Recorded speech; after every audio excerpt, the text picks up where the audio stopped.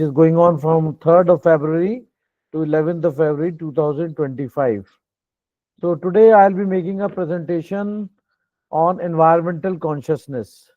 As Dr. Praveen has given my introduction that my field of specialization is civil engineering, environmental sciences and studies.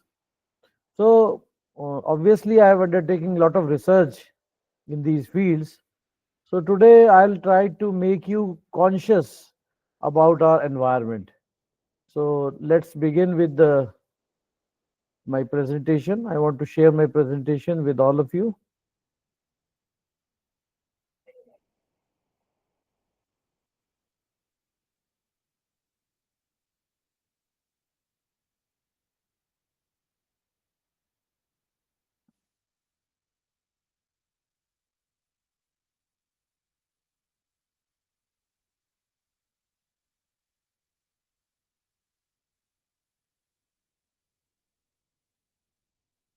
So can you see my PPT? Yes, sir. Okay, okay. Let me make it full screen. So here it is. As you can see the topic, it is environmental consciousness. Uh, Dr. Pradeep have already introduced me. My name is Dr. Arshad Hussain.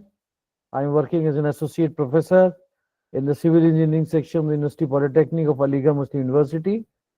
And today I will be talking with you about environmental consciousness. So during the course of this lecture, I try to be bilingual. I'd like to talk to you both in English as well as Hindi and try to be very simple in my presentation so that all of you are able to understand what I want to tell you, what I want to discuss with you.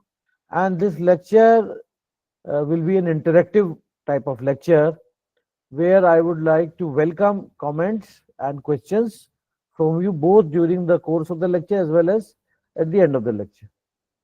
So to start with, let's start talking about what is making environment unclean or what is making environment pollute. Environment means all our surroundings, whatever is existing all around us on this planet Earth is called the environment of Earth. And pollution is the introduction of any type of impurities by human beings into the various ecosystem components of Earth, say water, air, soil, etc., that may cause damage to human beings and the environment. It is called pollution. So, before start discussing the effects of pollution, one question comes to our mind that is this pollution or what we call as environmental pollution, is it a new concept? And ever since the earth has been made and the human beings have started living on the earth, there were no problems regarding pollution.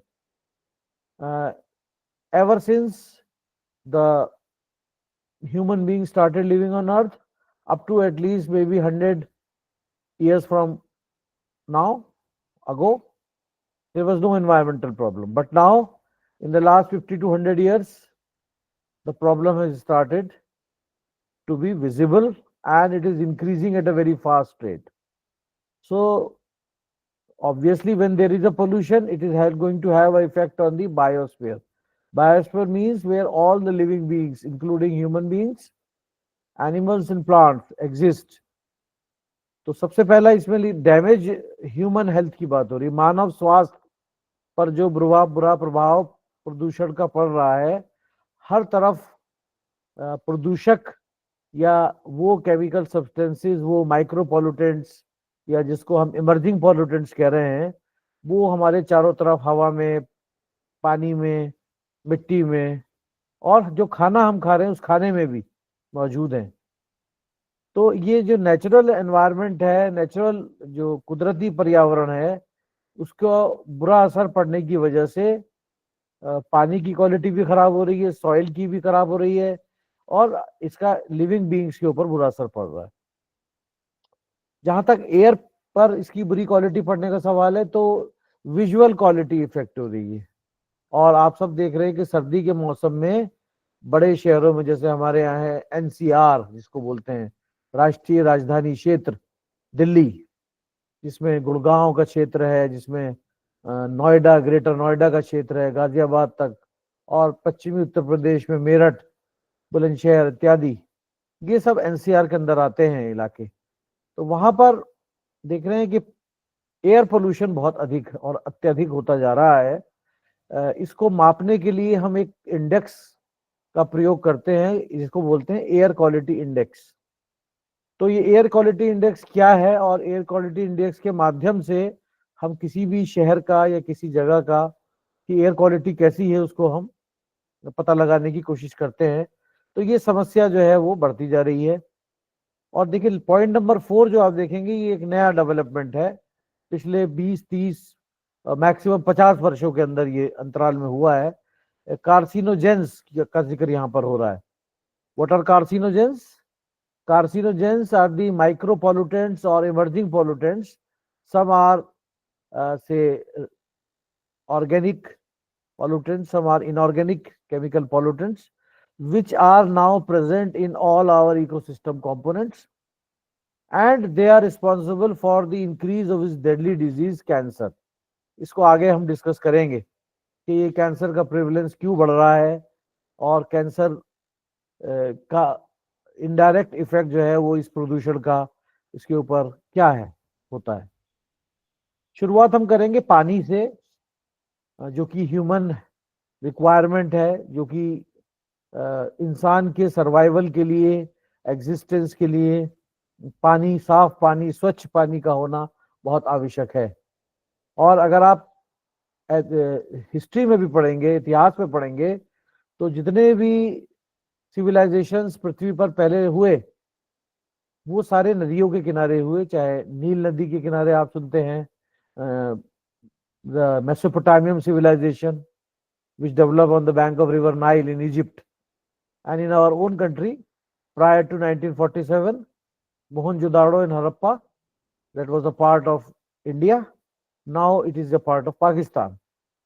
And in our own Indian mainland in Gujarat, there was a archaeological important site called Lothal. So at all these places, these civilizations developed on the bank of rivers. Why? To fulfill the basic human requirement of water, because we cannot survive without water. And the water that we use for potable purposes, potable means पीने के लिए और खाना बनाने के लिए जिस पानी का हम इस्तेमाल करते हैं उसको पोर्टेबल वाटर कहते हैं। उसके अंदर इम्प्योरिटीज नहीं होनी चाहिए, उसके अंदर पॉल्यूटर्स नहीं होने चाहिए।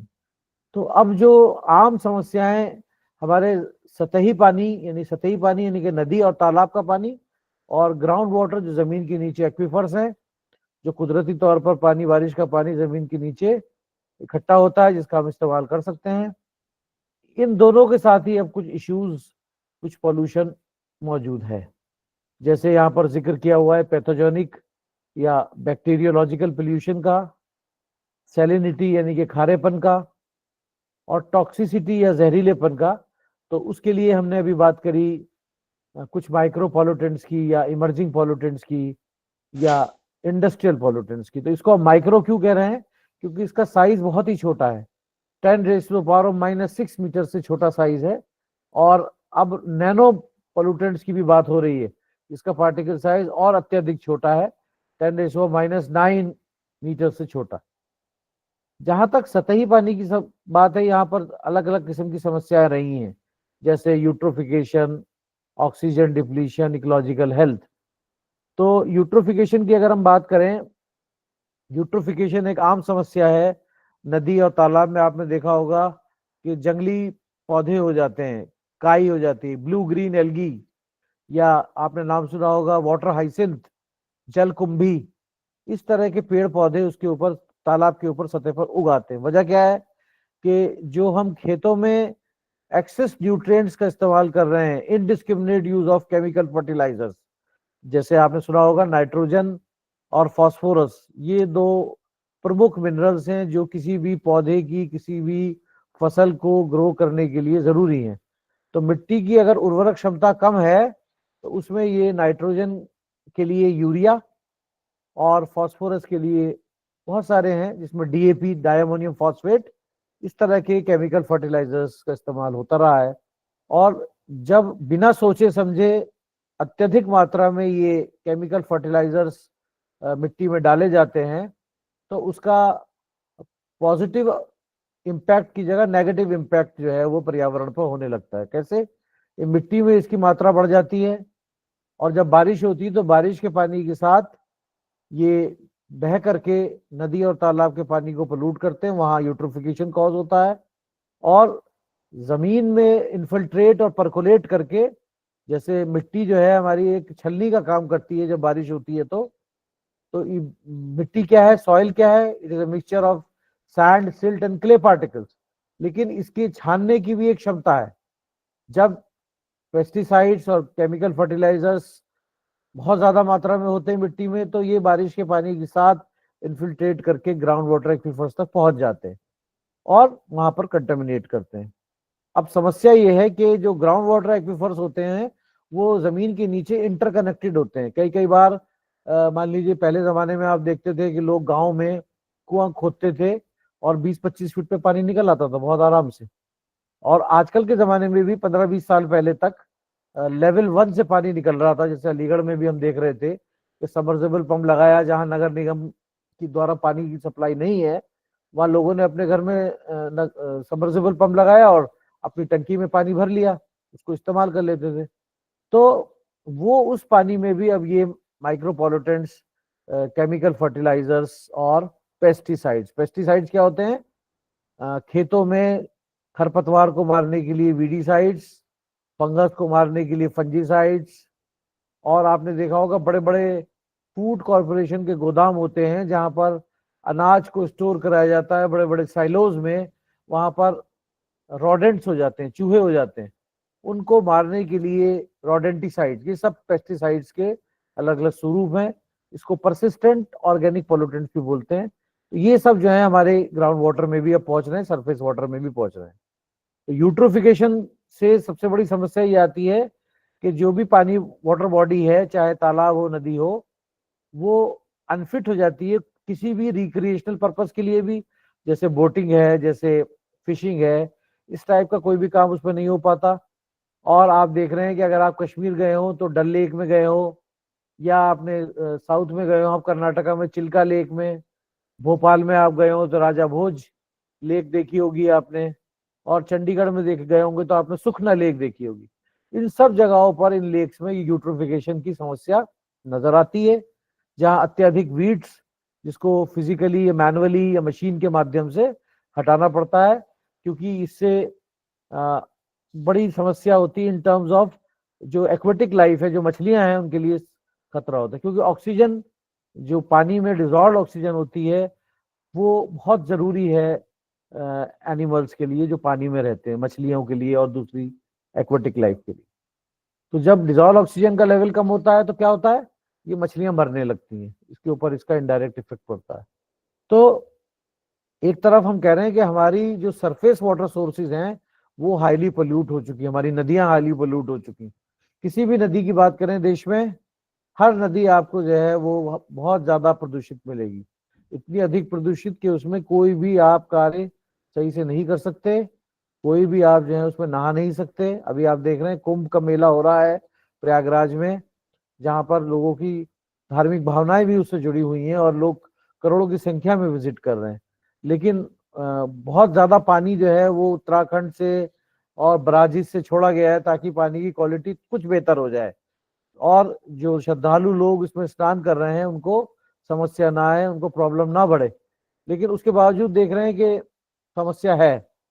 और अब तक हम ये सोचते रहे कि चलिए भाई, नदी का पानी बहुत ज्यादा पोल्यूटेड है तो इसके लिए बहुत सारी स्कीम सरकार लेकर के आई है, Ganga action plan, Yamuna action plan, और जो प्रेजेंट सरकार है उन्होंने नमामि गंगे योजना स्टार्ट की। लेकिन इतनी सारी योजनाओं और परियोजनाओं के बावजूद आज भी हम अपनी नदियों को साफ करने में अक्षम हैं।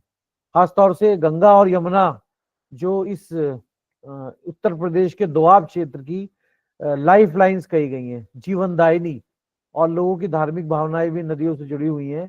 आप देखिए हरिद्वार में जाइए, हर की पैड़ी से ऊपर, जहां पर भागीरथी, मंदाकिनी, ये जो ट्रिब्यूटरीज हैं मिलकर गंगा नदी बनती है, वहां तक पानी का स्वरूप बहुत आपको निर्मल मिलेगा। लेकिन उसके बाद जैसे जैसे हरिद्वार से हम आगे बढ़ेंगे, दूसरे शहरों पे कानपुर की तरफ जाएंगे या फिर और आगे जाएंगे इलाहाबाद या प्रयागराज या आगे बनारस तक, तो देखेंगे बहुत सारी domestic waste water, municipal waste water और इंडस्ट्रियल वेस्ट वाटर जो है इसमें डंप किया जा रहा है नदी के पानी। इसी तरह यमुना नदी के अंदर समस्या है। दिल्ली में आप देखते हैं कि दिल्ली के अंदर ताजे वाला वाटर वर्क से आगे नदी आती है यमुना नदी, और फिर इसमें जितनी इंडस्ट्रियल वेस्ट वाटर या दिल्ली के बड़े शहर के म्यूनिसिपल वेस्ट वाटर मिल रहा है, उससे इस नदी को बहुत ज्यादा प्रदूषण हो रहा है। और आप देखते हैं अक्सर गर्मी के मौसम में मीथेन गैस की स्मेल भी आपको आ जाती है, और इसमें फ्रॉथिंग भी आपको नजर आ जाती है। ऊपर जो झाग बने हुए होते हैं, ये उन्हीं केमिकल्स का असर है जो इसमें मिले हुए हैं। और डिजोल्व ऑक्सीजन लेवल बहुत कम, 1 या 2 मिलीग्राम पर लीटर डिजोल्व ऑक्सीजन, कहीं कहीं पर 0। तो अगर डिजोल्व ऑक्सीजन लेवल 0 हो जाएगा नदी के पानी में, तो वहां पर कोई भी मछलियां जिंदा नहीं रह सकती। आपको देख लेंगे, आप किनारे जाएंगे किसी घाट पे, तो देखेंगे नदी पर किनारे, नदी पर जो है सरफेस पर आपको मछली, मरी हुई मछलियां तैरती हुई, उनकी डेड बॉडीज नजर आ जाएंगी। तो ये इस बात का द्योतक है कि नदी का पानी बहुत ज्यादा पोल्यूटेड है। आप जाइए, ये जो अलीगढ़ के पास नरोरा बराज बना हुआ है गंगा नदी पे, वहां पर इन्होंने कुछ जो है वो डॉल्फिन मछलियां पाली हुई हैं। और डॉल्फिन मछलियां पालने का कारण ये है कि डॉल्फिन मछली जो है एक लेवल तक पानी शुद्ध होगा तभी उसमें सरवाइव कर सकती है। बहुत अधिक पानी अगर की क्वालिटी खराब है या गंदा है, तो वो नहीं सरवाइव करता। इसलिए वो डॉल्फिन मछली पाली हुई है देखने के लिए, कि जब डॉल्फिन मछली को समस्या होनी शुरू हो जाती है, इसका मतलब वो समझ जाते हैं कि अब यह है पोल्यूशन का लेवल बढ़ रहा है, तो फिर स्टेप्स लेते हैं इसको सही करने के लिए। लेकिन समस्या इससे अब आगे बढ़ चुकी। आगे कैसे बढ़ रही है कि हम अभी तक जो नदी के पानी को हम सोचते थे कि भाई इसको हम पहले कोई वेस्ट वाटर इसमें ले जाकर डंप कर रहे हैं, तो इसको पहले म्यूनिसिपल वेस्ट वाटर को ट्रीटमेंट प्लांट बनाए, या अगर कोई दूसरा इंडस्ट्री से वेस्ट वाटर आ रहा है उसको ट्रीट करें पहले, इससे पहले कि हम इसे नदी के पानी में डाल सकें।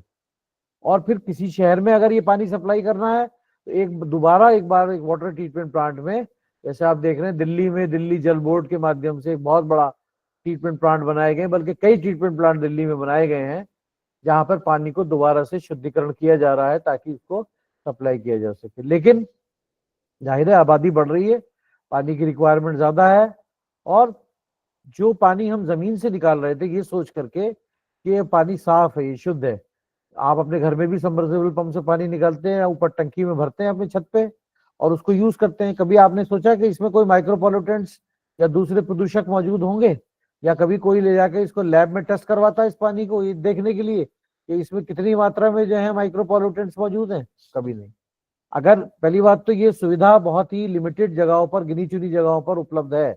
जैसे हमारे यहाँ अलीगढ़ मुस्लिम यूनिवर्सिटी के अंदर कई हाई लेवल रिसर्च लैब्स हैं, या डीआरडीओ की लैब्स, रिसर्च लैब्स हैं, सीएसआईआर की लैब्स हैं, वहां तो ये सुविधा है। और सुविधा अगर है भी तो किस कीमत पर? एक आम व्यक्ति के लिए संभव नहीं है कि जो पानी वो रोजमर्रा पी रहा है और खाना बना रहा है, उसको रोज के रोज वो चेक करे, जाके चेक करवाए और उसमें एक पैसे खर्च करे। इतने पैसे नहीं है गरीब व्यक्ति के पास। तो ये चीज जो है वो असंभव है, और ये समस्या अपनी जगह पर है। तो जैसे यहाँ पर ग्राउंड वाटर की समस्या दी हुई है, फ्लोराइड, नाइट्रेट, आर्सेनिक, आयरन, सी वाटर इंट्रूजन, इसको एक एक करके डिस्कस करेंगे। और फिर उसके बाद माइक्रोपोल्यूटेंट की बात करेंगे, जो हम कह रहे हैं कि अब हमारे ग्राउंड वाटर में मौजूद है, पहले नहीं थी। आज 20 साल से, 25 साल से, 30 वर्ष से ये माइक्रोपोल्यूटेंट्स भी अब मौजूद है। तो यहाँ पर ये डेफिनेशन बताई है या डिस्क्राइब किया इस स्लाइड में कि वाटर पोल्यूशन कैसे होता है। तो जो पोल्यूटेड पानी होता है या जो प्रदूषित पानी होता है, जल होता है, उसमें वो क्या होता है, वेस्ट वाटर बन जाता है, मलक जल बन जाता है। तो इस वेस्ट वाटर में भी 99% पानी ही है, और बाकी 1% दूसरी इम्प्योरिटीज या दूसरे प्रदूषक होते हैं। जैसे कुछ ऑर्गेनिक मटेरियल होता है, जिसमें हम, आप जानते हैं जो खाना हम खाते हैं उसमें कार्बोहाइड्रेट्स होते हैं, प्रोटीन्स और फैट्स होते हैं। तो ये जब किचन में हम खाना बनाते हैं, बर्तन धोते हैं, सब्जियों के छिलके उतारते हैं, फलों के छिलके उतारते हैं, इसको पकाते हैं, ये बहुत सारा ऑर्गेनिक मटेरियल जो है वो वेस्ट वाटर का हिस्सा बन जाता है। इसी तरह मैंने बताया खेतों में जो नाइट्रोजन फास्फोरस न्यूट्रिएंट्स के तौर पर इस्तेमाल हो रहा है, खाद के तौर पर हो रहा है, वो जो है पहुंच रहा है और पोल्यूट कर रहा है। और माइक्रो ऑर्गेनिजम्स की श्रेणी में बैक्टीरिया भी आते हैं, वायरस भी आते हैं, प्रोटोजोआ और हेलमिन्थ्स भी आते हैं।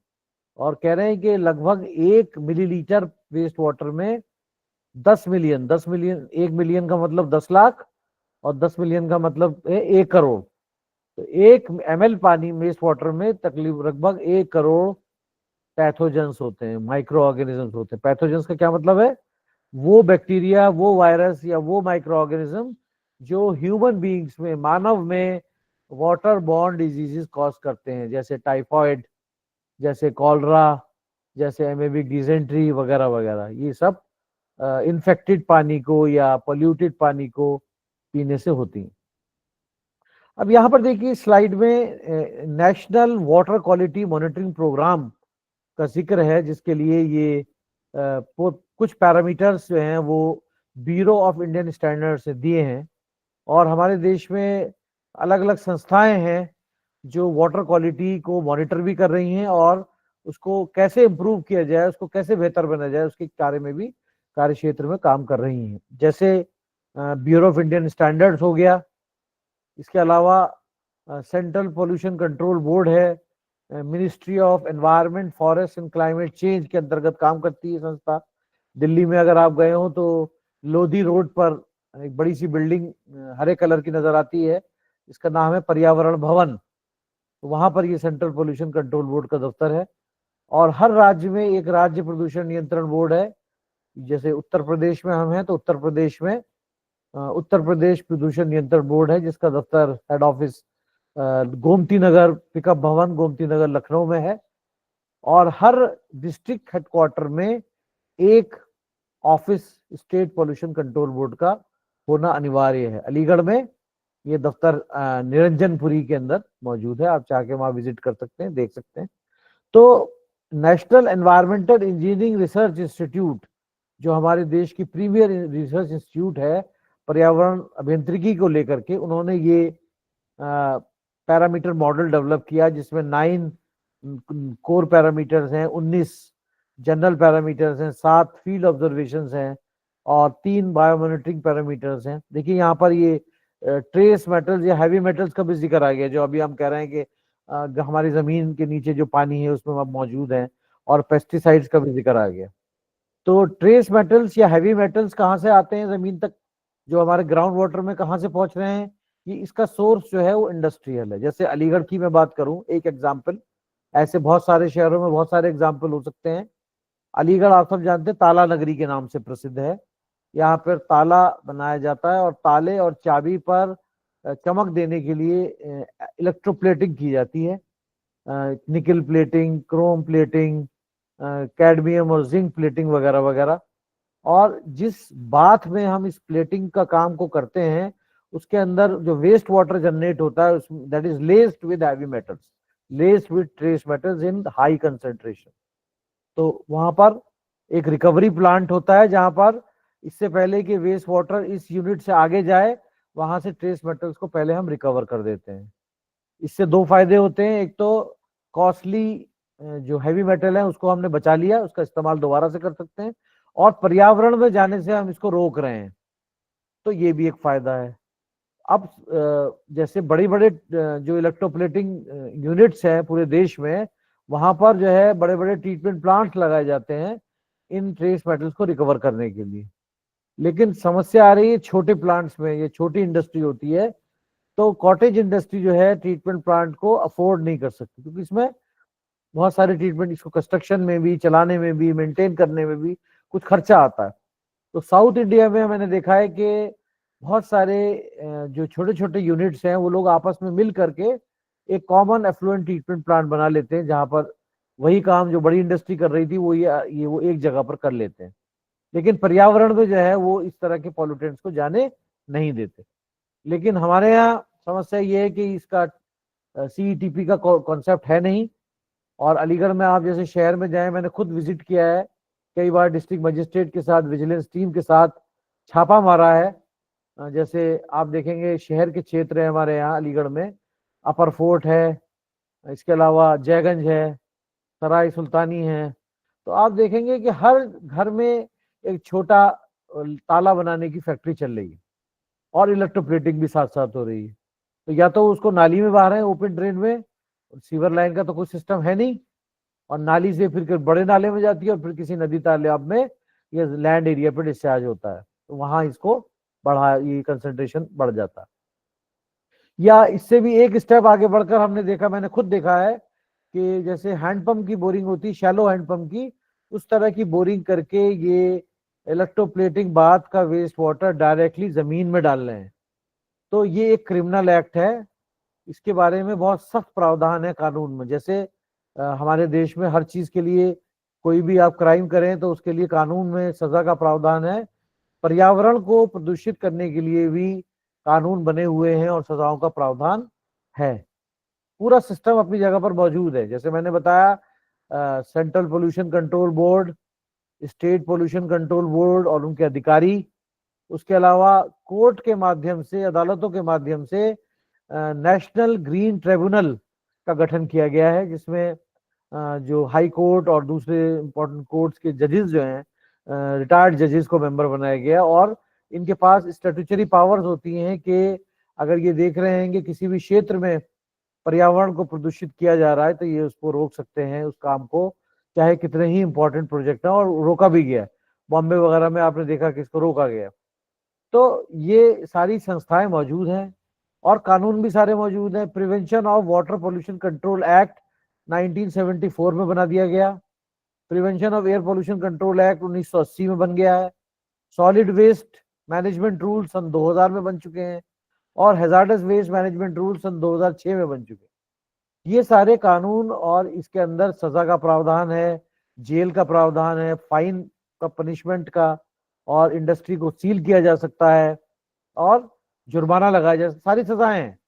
लेकिन इसके होने के बावजूद हमने राइट टू इंफॉर्मेशन एक्ट, जो जन सूचना का जो कानून है, उसके माध्यम से पता लगाने की कोशिश की पोल्यूशन कंट्रोल बोर्ड से और अलीगढ़ की जो लोकल कोर्ट्स हैं वहां से, अदालतों से, कि पिछले 10 वर्ष में कितने व्यक्ति पर्यावरण को प्रदूषित करने के लिए इनके खिलाफ प्राथमिक सूचना रिपोर्ट या एफआईआर दर्ज करी गई, और कितने व्यक्ति ऐसे हैं जिनके ऊपर केस चला, मुकदमा चला, और कितने लोगों को सजा हुई।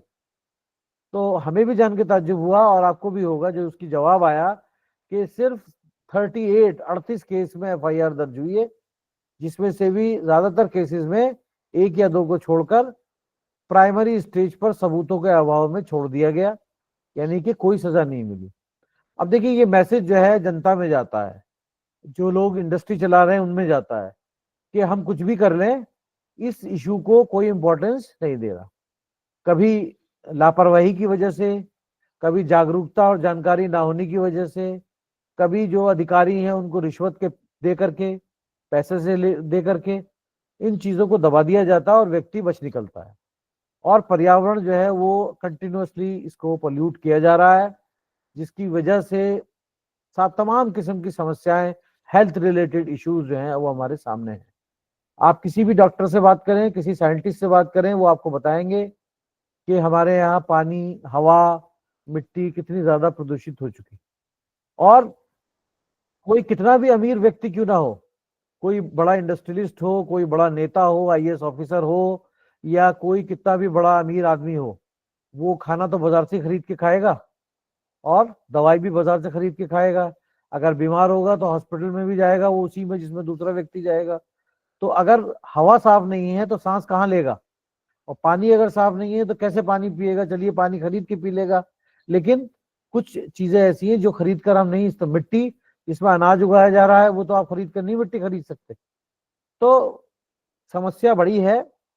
और अब बात होती है साहब सस्टेनेबल डेवलपमेंट की, कि साहब हम जो है अपने देश की तरक्की को रोक नहीं सकते, इसलिए इंडस्ट्रीज तो लगेंगी, इंडस्ट्रीज लगेंगी तो प्रदूषण होगा। तो फिर सस्टेनेबल डेवलपमेंट क्या है? और ये सस्टेनेबल डेवलपमेंट जो यूनाइटेड नेशंस के सस्टेनेबल डेवलपमेंट गोल्स हैं उसको हम कैसे जो है भारत जैसे विकासशील देश में जो विकसित होना चाह रहा है उसमें हम कैसे इसको जो है वो प्रयोग करें। और इसके लिए जो है हमने कहा कि साहब समस्या बड़ी है, समाधान भी इसका जो है आसान नहीं है और एक दिन में भी संभव नहीं है कि आज हम चाहें किसी भी समस्या का समाधान आप चाहें तो आज आप उसको आइडेंटिफाई करें, फिर आप जनता में उसके लिए जागरूकता फैलाएं। देखिए सुप्रीम कोर्ट ने जो कंपलसरी किया है, माननीय उच्चतम न्यायालय ने, कि स्कूल में बच्चों को एनवायरमेंटल स्टडीज पढ़ाया जाएगा एज ए सब्जेक्ट और हायर एजुकेशन में भी पढ़ाया जाएगा। और आप जैसे ये प्रोग्राम कर रहे हैं एनईपी 2020 में, यहाँ पर ये एनवायरमेंटल कॉन्शियसनेस का लेक्चर जो रखा गया है, जो मैं आपको ये चीजें बता रहा हूँ, उसका जो है वो ऑब्जेक्टिव, उसका जो है मकसद यही है कि कम से कम पढ़े लिखे लोगों में हम इन इश्यूज को, इन विषय को लेकर के जागरूकता बढ़ाएं, ताकि फिर आप समाज में जाकर के दूसरे लोगों को इसके बारे में बताएं। बहुत सारी चीजें मैं ऐसी आपको बता रहा हूं या बताऊंगा जो आपको भी पहले नहीं पता होंगी। तो हमारा मकसद जो आपको डराना नहीं है, बल्कि वास्तविकता से जो है वो आपको सूचित करना है, आपको अवेयर बनाना है। और आज भी आप जानते हैं हमारी 70% लगभग आबादी गांव में रहती है और बहुत सारे लोग जो हैं वो फॉर्मल एजुकेशन सिस्टम से अभी बाहर हैं, तो उनको बेचारों को पता भी नहीं है कि उनके साथ ये क्या समस्या हो रही है। और अभी देखा आपने कोविड-19 एक बड़ी बीमारी, महामारी के तौर पर, बल्कि कहूँ वैश्विक महामारी के तौर पर आया हमारे सामने, और इसमें प्रदूषण ने भी अपना योगदान दिया, अपना रोल प्ले करा और काफी ज्यादा लोगों को अपनी जान से हाथ धोना पड़ा। तो ये समस्याएं अगर आज इनको हम टाल दें, ये सोच लें हम कि साहब ये समस्या है ही नहीं, तो इससे सच बदलने वाला नहीं है। तो हमें आज नहीं तो कल इनको एड्रेस करना है और इसमें सबकी भागीदारी जरूरी। देखिए एनवायरनमेंट का इशू जो है एक एथिकल इशू है। जैसे हम बच्चों को स्कूल में, अपने घर में अपने बच्चों को बताते हैं कि अच्छाई अच्छी बातें क्या है, झूठ बोलना बुरी बात है, चोरी करना बुरी बात है, और ना समाज में कोई भी कुरीति, कोई बुराई है उसको हम रोकने की कोशिश करते हैं। उसी तरह पर्यावरण को भी बचाना जो है हमारे कर्तव्यों में से एक कर्तव्य है और ये खुद हमारी एग्जिस्टेंस और सर्वाइवल के लिए जरूरी है, हमारी भविष्य की पीढ़ियों के सर्वाइवल के लिए जरूरी है। तो अगर हम आज नहीं समझेंगे तो कल हमें कुदरत समझा देगी। अब देख रहे हैं ना हर तरफ क्लाइमेट चेंज की बात हो रही है, मौसम एक्सट्रीम वेदर पैटर्न हो रहा है, कहीं पर बहुत ज्यादा बारिश हो रही है तो फ्लैश फ्लड आ रहे हैं, कहीं पर बहुत ज्यादा बर्फ गिर रही है, कहीं पर जो है जंगलों में आग लग रही है, कहीं रेगिस्तान में इतनी ज्यादा बारिश हो रही है जहां कभी पहले होती नहीं थी। तो ये तमाम समस्याएं जो है हमारे सामने आ रही हैं और ये बढ़ती चली जाएंगी भविष्य में। अगर आज हम नहीं चेते और आज हमने जो है कुछ नहीं किया पर्यावरण को बचाने के लिए, तो आने वाले समय में ये बहुत विकराल रूप धारण कर लेगी, जो हमारे लिए, हमारे एग्जिस्टेंस के ऊपर क्वेश्चन मार्क लगा देगा। कह रहे हैं ना कि WHO ने एक रिपोर्ट सबमिट की है यूनाइटेड नेशंस को, जिसमें उन्होंने कहा है कि अगर इसी तरीके से हम पर्यावरण को खराब करते रहे तो हो सकता है सन 2060 तक अर्थ जो हमारी है वो इनहेबिटेबल हो जाए, अनहेबिटेबल, यानी कि मानवों के लिए, ह्यूमन बींग्स के लिए रहने लायक ना बचे। तो रहने लायक क्यों नहीं बचेगी? अगर हवा इतनी ज्यादा प्रदूषित हो गई, अब देख रहे हैं दिल्ली जैसे जगह पर जहां एयर क्वालिटी इंडेक्स जो है 400 का एक्सट्रीम माना गया है, वहां पर 1200-1600 तक पहुंच रहा है। तो कह रहे हैं कि साहब जो दिल्ली में अगर 4 वर्ष कोई आदमी रह ले तो उसकी एवरेज आयु जो है 1 वर्ष कम हो जाएगी। तो ये फेफड़ों के जरिए, ये जहरीली हवा हमारे सांस के जरिए हमारे लंग्स में जा रही है, तो क्या इसका कोई प्रभाव नहीं पड़ेगा हमारे सिस्टम पर, हमारे शरीर पर? जो पोल्यूटेड पानी हम पी रहे हैं, जो माइक्रो पोल्यूटेंट्स हमारे अंदर जा रहे हैं, ये pesticides, benzene hexachloride, dieldrin carbamate, DDT, सब। डीडीटी एक पहला पेस्टिसाइड है जो दुनिया में अडॉप्ट किया यूनाइटेड स्टेट्स ऑफ अमेरिका ने, यूएसए में इसको इन्वेंट करा गया। कब? प्रथम विश्व युद्ध से पहले। और इसका इस्तेमाल एज अ पेस्टिसाइड भी करा गया, इसका इस्तेमाल एज एन इंसेक्टिसाइड भी किया गया मलेरिया कंट्रोल के लिए और दूसरे कामों के लिए। और द्वितीय विश्व युद्ध के बाद 1948 में यूएसए पहला देश था जिसने इस पर, इसकी नुकसान, पर्यावरण के प्रति नुकसान को देखते हुए इस पर प्रतिबंध लगा दिया। और आप में से बहुत सारे लोगों को पता नहीं, मालूम हो या ना मालूम हो, भारत में भी 1972 वे बैक 1972 में इस डीडीटी पर बैन लगा दिया गया, डाइक्लोरो डाइफिनाइल ट्राइक्लोरोइथेन के ऊपर। लेकिन आज भी अगर आप किसी गांव देहात में, शहर को तो छोड़िए, गांव देहात में भी आप चले जाइए, आप किसी बीज और खाद की दुकान पर आपको खुलेआम बिकता हुआ मिल जाएगा और इस्तेमाल भी हो। तो क्या सरकारी संस्थाओं को पता नहीं है? क्या लॉ एनफोर्सिंग एजेंसीज को नहीं मालूम? एनवायरमेंटल इंजीनियर्स को नहीं मालूम? सरकार को नहीं मालूम? सबको मालूम है। लेकिन कहीं लालच में, ह्यूमन ग्रीड, कहीं भ्रष्टाचार की वजह से, कहीं लापरवाही की वजह से, और कहीं जो है हमारी अनभिज्ञता की वजह से, लैक ऑफ अवेयरनेस, हम इन विषयों के बारे में को एड्रेस नहीं कर रहे हैं, जिसकी वजह से ये पोल्यूशन बढ़ता जा रहा है।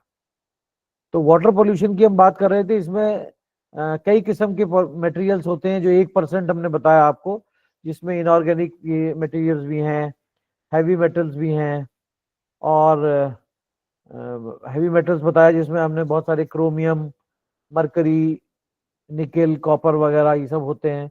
डिसइंफेक्शन बाई प्रोडक्ट्स का इस्तेमाल किया जाता है पानी को डिसइंफेक्ट करने के लिए। वो अगर पानी में ऑर्गेनिक कंपाउंड मौजूद हैं, जैसे फॉर एग्जांपल अमोनिया अगर है, तो ब्लीचिंग पाउडर को इस्तेमाल अगर आप कर रहे हैं एज ए डिसइंफेक्टेंट, तो ये क्लोरोअमीन्स बन जाते हैं, मोनो, डाई एंड ट्राई क्लोरोअमीन्स। इस तरह ट्राई हेलोमीथेन्स तक के खतरनाक डिसइंफेक्शन बाई प्रोडक्ट्स बन सकते हैं। यानी कि एक समस्या को हम सुलझा रहे हैं, सॉल्व कर रहे हैं, पानी को डिसइंफेक्ट कर रहे हैं, और दूसरी बड़ी समस्या को क्रिएट कर रहे हैं इतने खतरनाक, इतने डेडली केमिकल्स बना करके, जिसको हम पी रहे हैं बिना जाने, बिना समझे कि इसका प्रभाव हमारे शरीर पर क्या नेगेटिव पड़ेगा बीमारियों के तौर पर।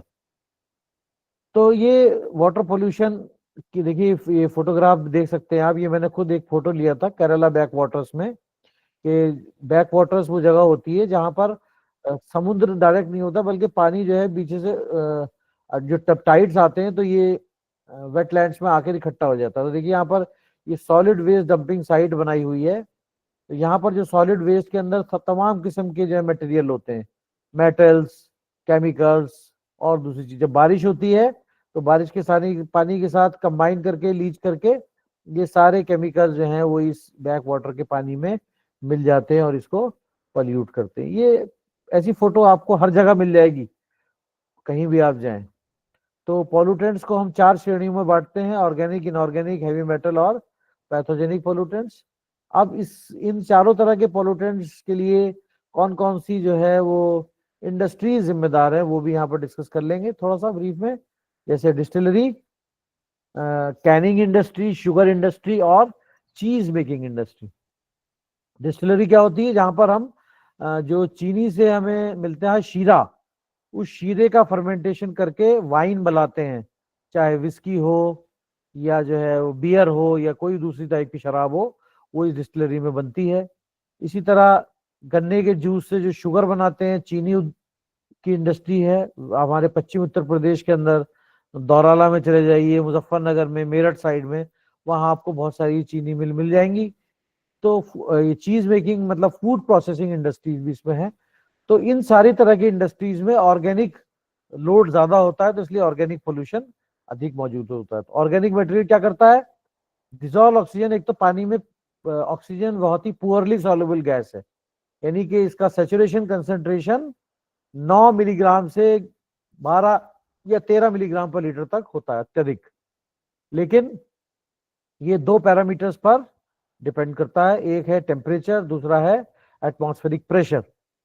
तो समस्या ये होती है कि जब वेस्ट वाटर यानी कि कोई नाला आके उस नदी के पानी में गिर रहा है या तालाब में, जिसमें ऑर्गेनिक मैटर ज्यादा है, तो एरोबिक बैक्टीरिया जो ऑक्सीजन की प्रेजेंस में काम करते हैं, वो इस ऑर्गेनिक मैटर को डिकम्पोज या बायोडिग्रेड करके एनवायरमेंट फ्रेंडली फॉर्म यानी कि कार्बन डाइऑक्साइड वाटर में कन्वर्ट कर देते हैं, और इस प्रोसेस में पानी में मौजूद डिजोल्व ऑक्सीजन को इस्तेमाल कर लेते, कंज्यूम करते। तो जितना ज्यादा ऑर्गेनिक मैटर, जितना ज्यादा पोल्यूशन, उतना ही डिजोल्व ऑक्सीजन घटती जाती है। और एक स्टेज ऐसी आती है जब पानी में रहने वाली मछलियां और दूसरे जीव जंतुओं के ऊपर बुरा प्रभाव पड़ने लगता है। इनऑर्गेनिक पोल्यूशन के लिए कुछ इंडस्ट्रीज जो जहां से इनऑर्गेनिक पोल्यूशन हो रहा है, अभी बताया आपको, फर्टिलाइजर इंडस्ट्री, इसकी वजह से यूट्रोफिकेशन भी होता है वाटर बॉडीज में। और सोप और डिटर्जेंट उद्योग जो है, रबर उद्योग है, और एग्रीकल्चर फार्म्स, वहां से ये तमाम किस्म के इनऑर्गेनिक केमिकल्स जो हैं वो वेस्ट वाटर का हिस्सा बनते हैं और फिर पानी, नदी या तालाब में पहुंच के पोल्यूट करते हैं। हैवी मेटल्स की बात हमने कर ली, हमने बता दिया आपको एक एग्जांपल मेटल प्लेटिंग इंडस्ट्रीज या इलेक्ट्रोप्लेटिंग इंडस्ट्रीज के अलावा और भी हैं। कागज उद्योग, चमड़ा उद्योग, कपड़ा उद्योग, इन सारे उद्योगों में हैवी मेटल्स का इस्तेमाल होता है। और ज्यादा हैवी मेटल्स अगर वेस्ट वाटर के साथ जाके नदी या तालाब को पोल्यूट करेगा तो कई किस्म की जहरीले होते हैं पहली चीज तो, और बहुत सारी डिजीजेस कॉज करते हैं। जैसे आपने मीना मार्टा डिजीज की बात का नाम सुना होगा, जापान में जो हुआ था पिछली शताब्दी में, जहां पर मरकरी पॉइजनिंग हुई थी और जिसकी वजह से बहुत मछलियों की और एक्वेटिक लाइफ की जान गई थी। जहां तक पैथोजेनिक ऑर्गेनिजम्स का सवाल है, मैंने बताया पैथोजेंस का मतलब बीमारी फैलाने वाले बैक्टीरिया, जैसे कॉलरा के लिए वाइब्रो कॉलरी बैक्टीरिया जिम्मेदार है। टाइफाइड के लिए आपने सुना होगा सैल्मोनेला टाइफी और paratyphi A and B. Amoebic dysentery के लिए इशेरिशिया कोली या एंटमीबा हिस्टोलिटिका, गैस्ट्रोएंटाइटिस, डायरिया वगैरह वगैरह, ये सब बीमारियों के नाम दिए हुए हैं। वायरस, डायरिया और एमेबिएसिस। इसी तरह राउंड वर्म इन्फेक्शन कहलाता है, जियार्डिया क्रिप्टोस्पोडियम ये बैक्टीरिया का नाम है। और हेलमिन्स क्या होते हैं, कीड़े। तो ये फूड प्रोसेसिंग इंडस्ट्रीज के थ्रू ये वेस्ट का इन्फेक्शन जाता है। जैसे आप देखते हैं अक्सर जो बच्चे मिट्टी खाते हैं जिनके अंदर कैल्शियम की कमी होती है, उनके पेट में ये कीड़े हो जाते हैं, tape worms and pin worms वगैरह। तो उनको डॉक्टर जो है वो दवा देते हैं, तो स्टूल के साथ जो है वो बाहर निकल जाते हैं। और बेबी का जो है या बच्चे का जो है अंदर कमजोरी आ जाती है, क्योंकि जो भी खाना खाता है और ब्लड के अंदर हीमोग्लोबिन भी इसकी वजह से घट जाता है। तो पानी जो है वो सबसे इंपॉर्टेंट नेचुरल रिसोर्स है जो कुदरत ने, भगवान ने, अल्लाह ने हमें प्रोवाइड किया है। तो कह रहे हैं कि साहब पृथ्वी पर 3/4 हिस्सा पानी से कवर्ड है, फिर भी हम कह रहे हैं पानी का क्राइसिस है, पानी की कमी है। ऐसा क्यों? क्योंकि जो 3/4 हिस्सा कवर्ड है उसका तकरीबन 97% समुद्री पानी है, खारा पानी, इसमें नमक है। तो इसको डीसैलिनेट करे बिना आप किसी भी ह्यूमन कंजम्पशन के लिए या पर्पस के लिए इस्तेमाल नहीं कर सकते। तो टेक्नोलॉजी है, ऐसी बात नहीं है कि आज की डेट में टेक्नोलॉजी नहीं है। पानी को डीसैलिनेट करने के लिए समुद्री पानी को जैसे आरओ है, एक तो आरओ आप घर में लगाते हैं, उसमें भी मेम्ब्रेन होती है। ये हम जिस आरओ की बात हम कर रहे हैं, रिवर्स ऑस्मोसिस, ये बहुत बड़े बड़े रिवर्स ऑस्मोसिस प्लांट्स हैं जो कि बड़े देशों ने, अमीर देशों ने, क्योंकि इसकी कॉस्ट ज्यादा होती है, जैसे गल्फ काउंसिल कंट्रीज हैं, सऊदी अरब है, कतर है, बहरीन है और यूरोप के देश हैं, वहां पर इन्होंने बड़े बड़े डीसैलिनेशन प्लांट्स लगाए समुद्री पानी को डीसैलिनेट करने के लिए। और इसका फिर इस्तेमाल जो है वो किसी भी पर्पस के लिए किया जा सकता है, लेकिन ये कॉस्टली टेक्निक है। तो भारत जैसे देश में हम बहुत ज्यादा रिवर्स ऑस्मोसिस पे नहीं जाते। फिर एक और टेक्निक है इलेक्ट्रोडायलिसिस। जैसे हमारे शरीर में अगर, जब आपने सुना होगा किडनी काम करना बंद कर देती है तो डायलिसिस किया जाता है मरीज का। तो किडनी का काम होता है कि जो शरीर के साथ जो है वो अनवांटेड मिनरल्स जा रहे हैं और दूसरी चीजें जा रही हैं उसको अलग करती है, छानती है और यूरिन के फॉर्म में बॉडी से बाहर निकाल देती है, ब्लड को प्योरीफाई करती है। तो यहाँ पर उसी तरह का इलेक्ट्रोकेमिकल सेल कॉन्स्टिट्यूट किया जाता है और इसमें जो है अनवांटेड सॉल्ट और मिनरल्स को निकाल के अलग कर दिया जाता है, साफ पानी को अलग कर देते हैं। ये भी बहुत कॉस्टली प्रोसेस है। इसके अलावा जो 2% पानी इस 97% के अलावा बचा 3%, तो 3 में से 2% ग्लेशियर और आइस कैप में जमा हुआ है बर्फ के फॉर्म में, तो ये भी बेकार है। सिर्फ 1% पानी जो पृथ्वी पर उपलब्ध है उसका 1% जो है वो नदी, तालाब के तौर पर सतही पानी का सोर्स, सरफेस वाटर, ये हाईली पोल्यूटेड, और ग्राउंड वाटर बच जाता है 0.002%। अब उसमें भी माइक्रो पॉल्यूटेंट्स पाए जा रहे हैं। तो सवाल ये है कि ये एक बड़ी समस्या हमारे सामने उभर रही है। आप देख रहे हैं कि गर्मी के मौसम में हिली एरियाज में, पहाड़ी क्षेत्रों में और बड़े शहरों में साफ पीने का पानी जनता को, आम जनता को मुहैया कराना ये स्टेट सब्जेक्ट है, ये सरकार की जिम्मेदारी है। ये सरकार की संस्थाओं की, सरकार के द्वारा जो गवर्नमेंट के डिपार्टमेंट्स हैं, जल निगम, नगर निगम वगैरह, उनकी जिम्मेदारी है। तो पहला सवाल हमारे माइंड में आता है कि साफ पीने का पानी या सेफ ड्रिंकिंग वाटर आखिर है क्या? क्या ये कोई मिथ है या कोई सच्चाई है, और इसके अंदर अगर है तो इसके अंदर क्या क्वालिटीज होनी चाहिए, ये एक सवाल हर आम व्यक्ति के मन में रहता है। तो यहाँ पर देखिए क्वालिटीज या सेलिएंट फीचर्स दी हुई हैं कि सेफ ड्रिंकिंग वाटर हम उस पानी को कहेंगे जिसमें सबसे पहली चीज कोई भी पैथोजेनिक ऑर्गेनिज्म नहीं होना चाहिए, जिससे कि हमारे शरीर में पानी में इंफेक्शन जाए, पहली चीज। फिर दूसरी चीज, देखने में साफ होना चाहिए, क्लियर, कोई भी उसमें गंदापन गदलापन या जो है उसमें कोई कलर नहीं होना चाहिए। हम एक एक्सपेरिमेंट कराते हैं अपने यहाँ कॉलेज में स्कूल में, बच्चों को एक गिलास में साफ पानी पीने का लेते हैं, उसमें खाने का रंग मिला देते हैं, केसर मान लीजिए मिला दिया आपने, तो रंग जो है उसका केसरिया हो गया। और दूसरा गिलास है, उसके अंदर हमने कुछ बैक्टीरिया डाल दिए लेकिन पानी जो है वो क्लियर है। तो अगर बताया ना जाए तो कौन सा पानी पी लेगा व्यक्ति? बैक्टीरिया वाला पी लेगा, क्योंकि उसमें नजर कुछ नहीं आ रहा है। और रंग वाला हालांकि खाने का रंग है लेकिन उसको नहीं पिएगा क्योंकि उसमें कलर नजर आ रहा है। तो जो जो सब्सक्राइबर है, जो पानी को इस्तेमाल करने वाला व्यक्ति है, वो पानी को साफ चाहता है कि बिल्कुल क्लियर हो, इसमें कोई भी सैलिनिटी नहीं होनी चाहिए, खारापन ना हो, कोई बुरा टेस्ट या स्मेल ना हो, कोई ऐसे कंपाउंड या पदार्थ ना हो जो मानव शरीर पर बुरा प्रभाव डालें, और कोई भी ऐसा केमिकल पदार्थ ना हो जिससे कि वाटर सप्लाई पाइप, जैसे हम जीआई पाइप का इस्तेमाल करते हैं, गैल्वेनाइज आयरन पाइप या पीवीसी का, पॉलीविनाइल क्लोराइड का, प्लास्टिक का ज्यादा हो रहा है तो उसमें कोरोजन नहीं होता, ये फायदा है। तो ये सारी क्वालिटीज जो है सेफ ड्रिंकिंग वाटर के अंदर होनी चाहिए। और वाटर क्वालिटी, ये देखिए वाटर क्वालिटी यहाँ पर एक चीज आ गई, इसको मैं बताऊं, ये एक रिलेटिव टर्म है। रिलेटिव टर्म क्यों है? कि हम वाटर क्वालिटी को डिफाइन करते हैं according to the intended use of water, यानी कि किस मकसद के लिए हमें पानी को इस्तेमाल करना है। क्यों? इसकी क्या वजह है? वजह यह है कि ट्रीटमेंट प्लांट में जब हम पानी को साफ करते हैं, उसकी कुछ कीमत होती है, उसकी कुछ कॉस्ट होती है। तो जिस जिस मकसद के लिए हम इस्तेमाल कर रहे हैं उतना ही साफ करेंगे, उतनी कीमत भी बढ़ जाएगी। तो जो हाईएस्ट लेवल की जो क्लीन होना चाहिए, जो क्वालिटी है, वो पोर्टेबल पानी कहलाता है। मैंने अभी बताया था आपको, जो हम खाने के लिए, जो खाना बनाते हैं उसमें इस्तेमाल करने के लिए और पीने के लिए।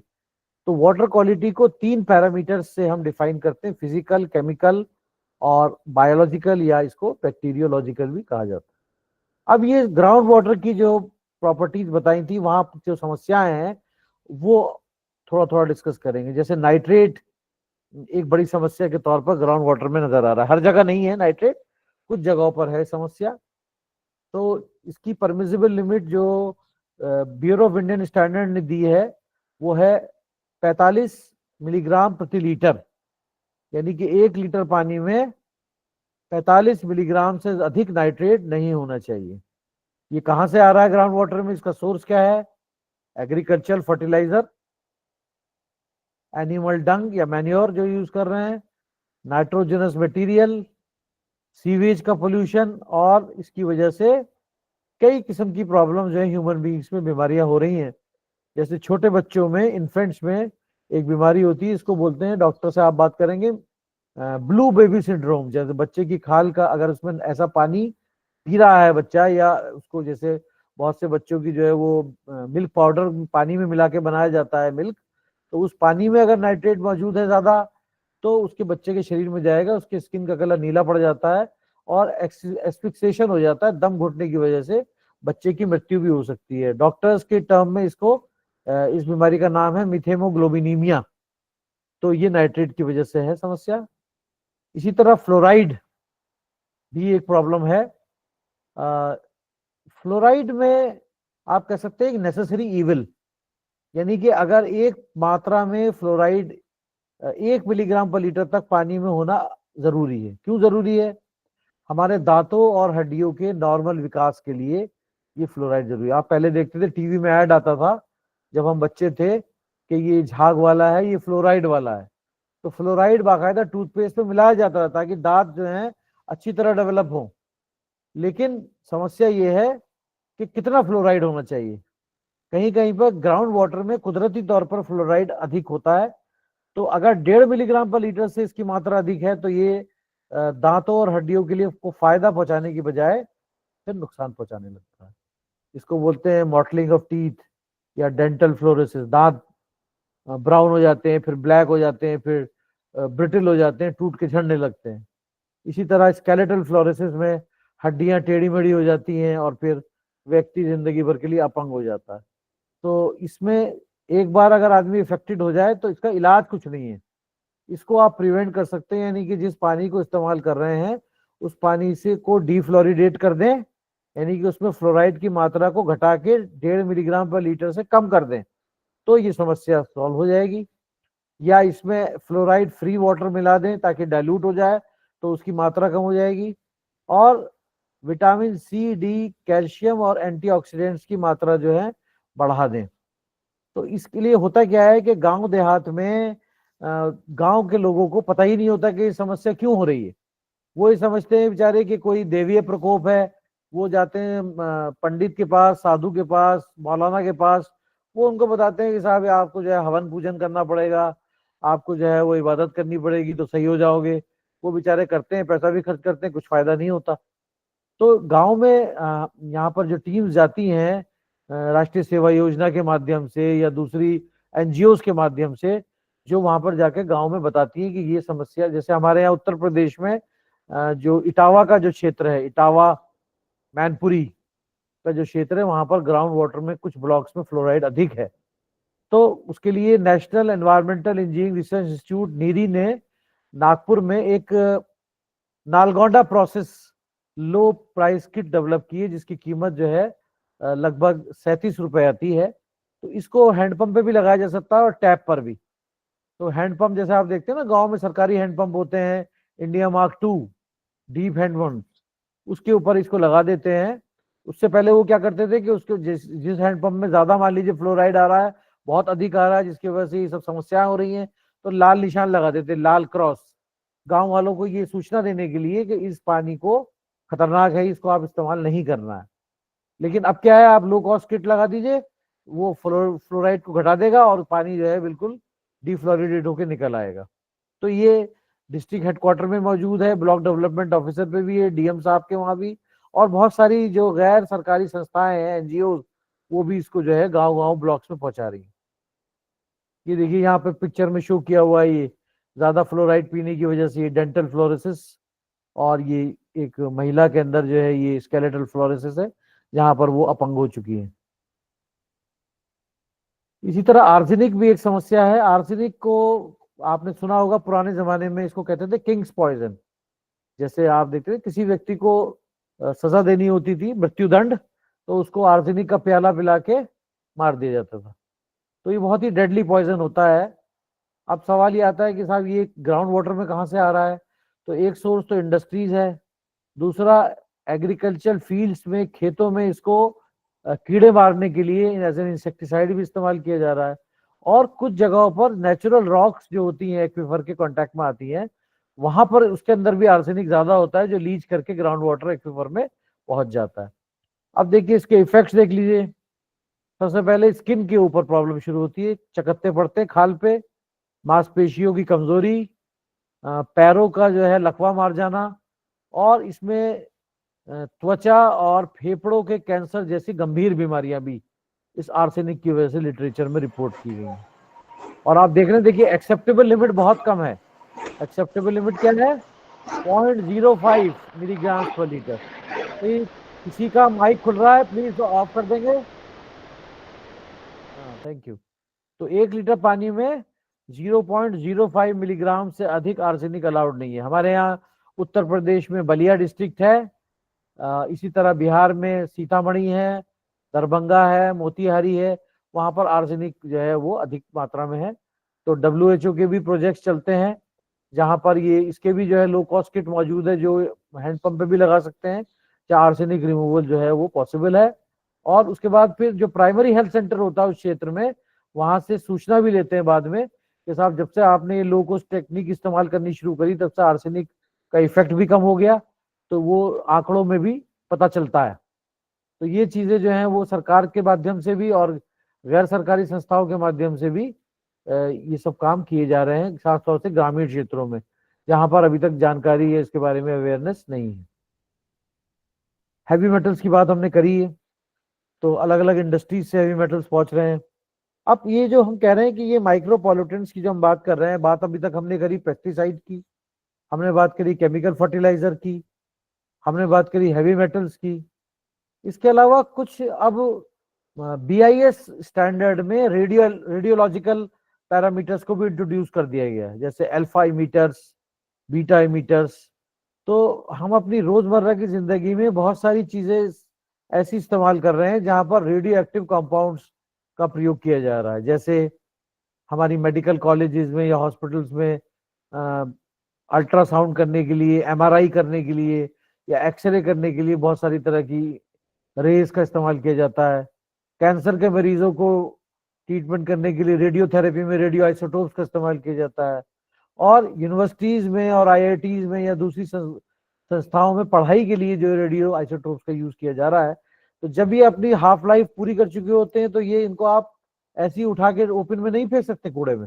इसको डिस्पोज ऑफ करने की एक पूरी लेड डाउन प्रोसीजर है जो defence research and development organisation है, भाभा एटॉमिक रिसर्च सेंटर वगैरह, इन्होंने पूरी SOPs, standard operating procedures develop करे हैं, जहां पर ये पूरा बताया जाता है संस्थाओं को कैसे अपने अपने रेडियो एक्टिव मटेरियल को डिस्पोज ऑफ करें। अगर ऐसी फेंक देंगे तो क्या होगा, इसका एक्सपोजर होगा। और रेडियो एक्टिविटी एक ऐसी चीज है जिसको फैलने के लिए माध्यम की भी आवश्यकता नहीं होती। जैसे गैस को फैलने के लिए एयर की जरूरत होती है, लेकिन यहाँ ये रेडियो एक्टिविटी वैक्यूम में भी प्रोपोगेट कर जाएगी और इससे बहुत खतरनाक जेनेटिकल म्यूटेशंस होते हैं। आप देख रहे हैं कि कैंसर का प्रेवलेंस हमारी सोसाइटी में बढ़ता जा रहा है। हर दूसरे व्यक्ति को आपके आसपास किसी को फेफड़े का कैंसर है, किसी को हड्डी का कैंसर है, किसी को ब्लड का कैंसर है। तो कैंसर है क्या, ये अगर आम आदमी की बोलचाल की भाषा में हम समझाना चाहें कि हमारे शरीर में सेल्स होते हैं। सबसे छोटा यूनिट क्या है, सेल्स, कोशिकाएं। पुरानी कोशिकाएं मरती रहती है, नई कोशिकाएं उनकी जगह लेती हैं, लेकिन किसी वजह से ये नई कोशिकाएं बनने का जो प्रोसेस है वो बहुत फास्ट हो जाए, बहुत तेज हो जाए। So the result is proliferation in the formation of new cells, which is a growth. And if this growth is benign, तो कोई समस्या नहीं है, सर्जिकली डॉक्टर उसको सर्जन रिमूव कर देता है। लेकिन प्रॉब्लम तब है जबकि वो मैलिग्नेंट हो, अगर growth, that is cancer. And there is no known cure for cancer till now. There are drugs, there are medicines. तो जो मेडिसिन आप लेते हैं वो कैंसर सेल्स को भी मारते हैं और जो हमारे शरीर के नॉर्मल सेल्स हैं उनको भी मार देते हैं। तो देखते हैं व्यक्ति के सारे बाल उड़ गए, रेडियो एक्टिव कीमोथेरेपी जो करा रहा है, इतनी सख्त हार्ड मेडिसिन होती हैं, और अंदर का जो पूरा फूड पाइप है वो भी जल गया पूरा उसका। कोई भी सॉलिड फूड नहीं खा सकता, लिक्विड फूड खा रहा है, उसकी जिंदगी जो है वो मौत से बदतर हो जाती है कैंसर पेशेंट की। और कई बार देखा गया है कि पूरी फैमिली जो है उसने पूरा अपना तन मन धन लगा करके इलाज करवाया भी, मरीज का सर्जरी हुई या कीमोथेरेपी रेडियोथेरेपी 6 महीने साल भर चली, लेकिन उसके बाद भी वो फाइनेंशियली भी खत्म हो गए और मरीज को भी बचाया नहीं जा सका। तो ये बीमारी ऐसी है, इसमें prevention is better than cure. तो कहा जा रहा है, ये इंटरनेशनल संस्थाएं कह रही हैं कि अगर हमने कुछ नहीं किया भारत में इस प्रदूषण को रोकने के लिए, तो सन 2050 तक, अब क्या चल रहा है 25, सिर्फ 25 साल हैं, तो भारत जो है वो India will be the next cancer capital of the world. Cancer capital का मतलब क्या है, जब दुनिया में सबसे अधिक कैंसर मरीजों की संख्या भारत में होगी।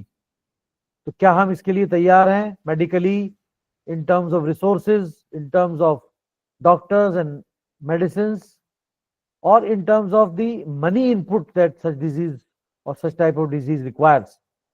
तो जवाब है नहीं, हम अभी तैयार नहीं है। तो फिर दूसरा आसान ऑप्शन ये है कि हम जो कारण है, इन कारणों को या कारकों को हम रोकें, इस प्रदूषण को हम रोकें जो चारों तरफ हमारे हो रहा है, अत्यधिक मात्रा में हमारे शरीर में जा रहा है, जिसकी वजह से समस्याएं हो रही हैं। तो दूसरा एक और कारण है हमारे देश में कैंसर बढ़ने का। ये समस्या तो है ही प्रदूषण की, दूसरे देशों में भी है, हमारे यहाँ थोड़ा अधिक है, लेकिन हमारे यहाँ खाने पीने की हर चीज में मिलावट है। आप देख लीजिए, सब्जी, फल, दूध, यहाँ तक कि लाइफ सेविंग ड्रग्स। अलीगढ़ शहर जो है वो दवाइयों का, नकली दवाइयों का और नकली दूध का हब है। ये जो है, मैं नहीं कह रहा, बल्कि सरकारी रिपोर्ट कह रही, सरकारी आंकड़े कह रहे हैं।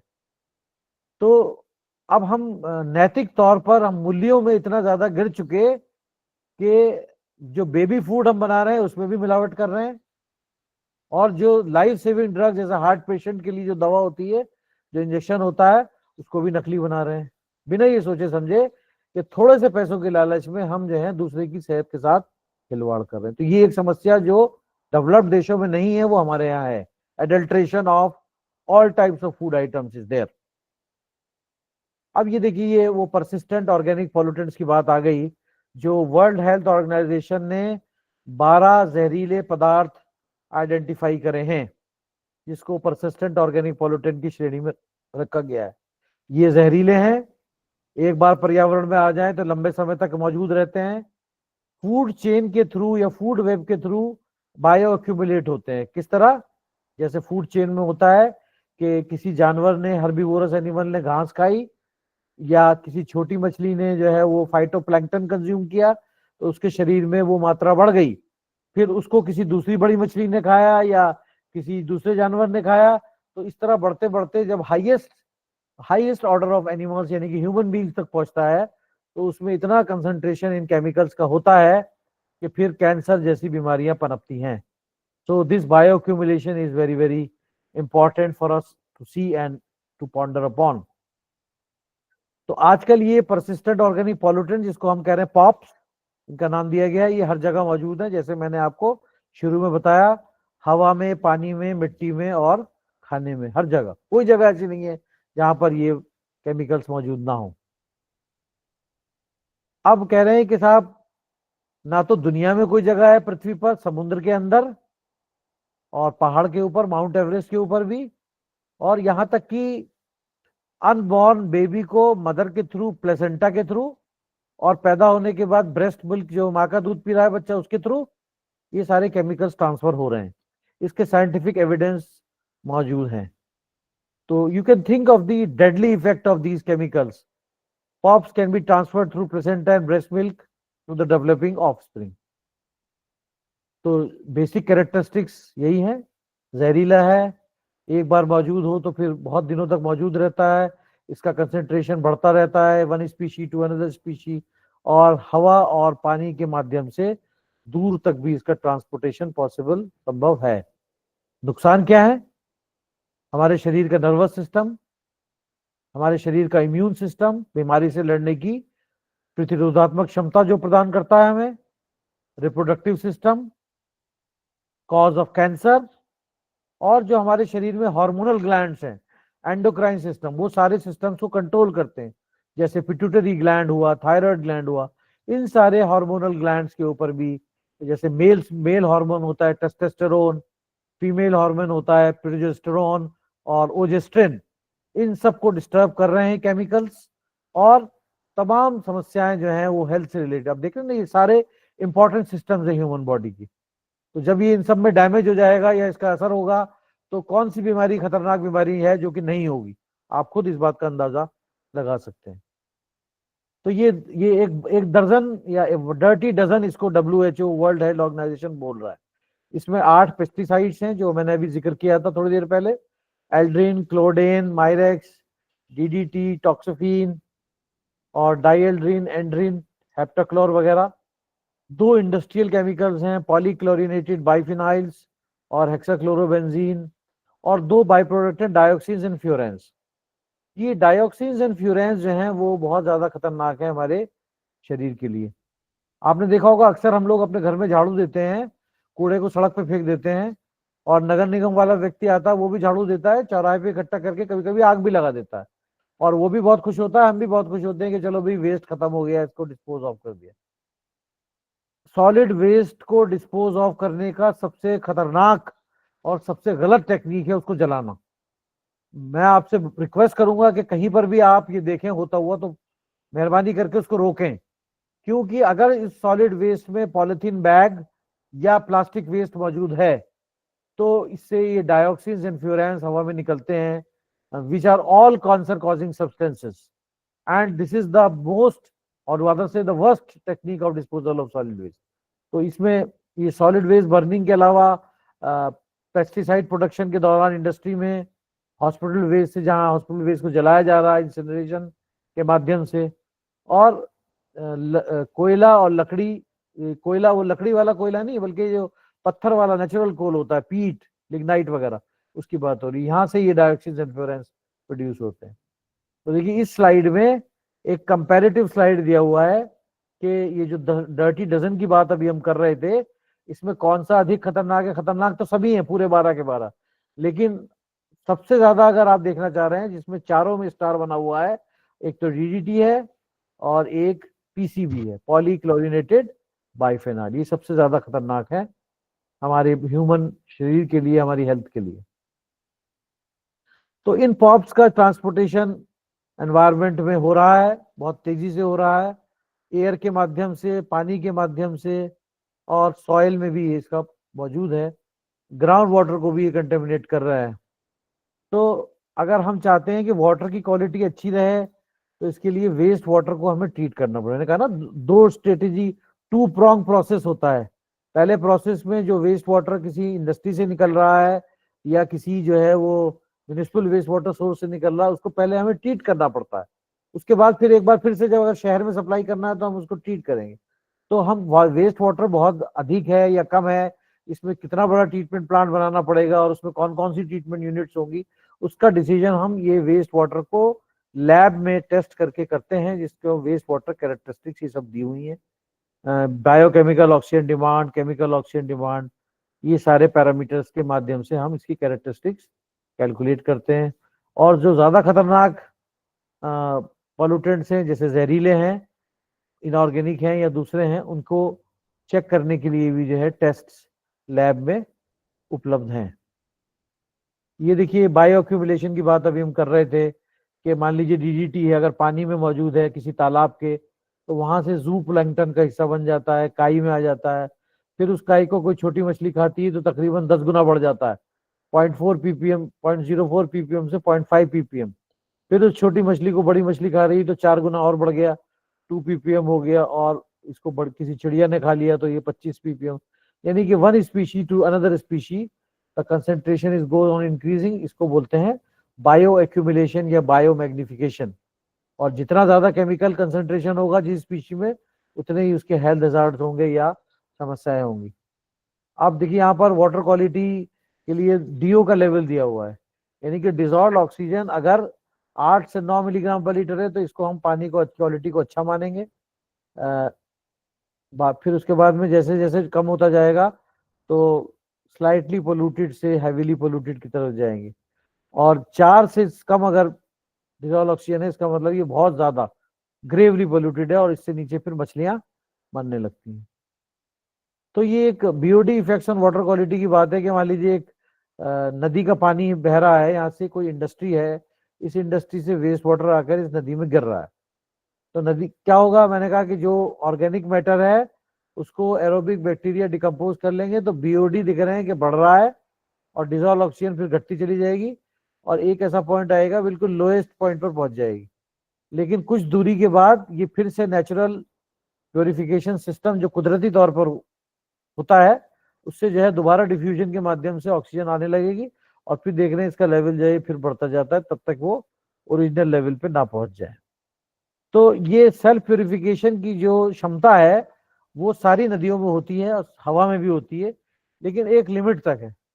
अगर उस लिमिट से ज्यादा जो है वो पोल्यूशन आ रहा है या नंबर ऑफ एपिसोड्स बहुत ज्यादा है, number of waste water being dumped, the volume is very high, तो फिर उसका नॉर्मल प्रोसीजर से नहीं हो सकता। फिर हम उसे ट्रीटमेंट प्लांट में ले जाना पड़ेगा उस पानी को और ट्रीट करना पड़ेगा, तभी वो साफ हो सकता है, अदरवाइज नहीं हो सकता। थोड़ा सा समय बचा है, इसमें मैं थोड़ी एयर पोल्यूशन की बात भी करूंगा। आजकल एयर पोल्यूशन एक बड़ी समस्या के तौर पर सामने आ रहा है।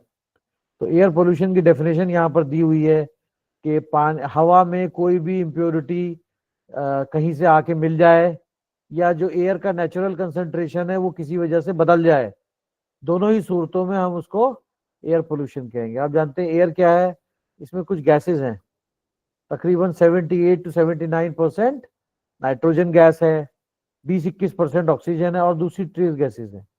और जो ट्रेस गैसेस बहुत कम मात्रा में भी हैं उसका भी कुछ ना कुछ रोल है एनवायरनमेंट में, पर्यावरण में।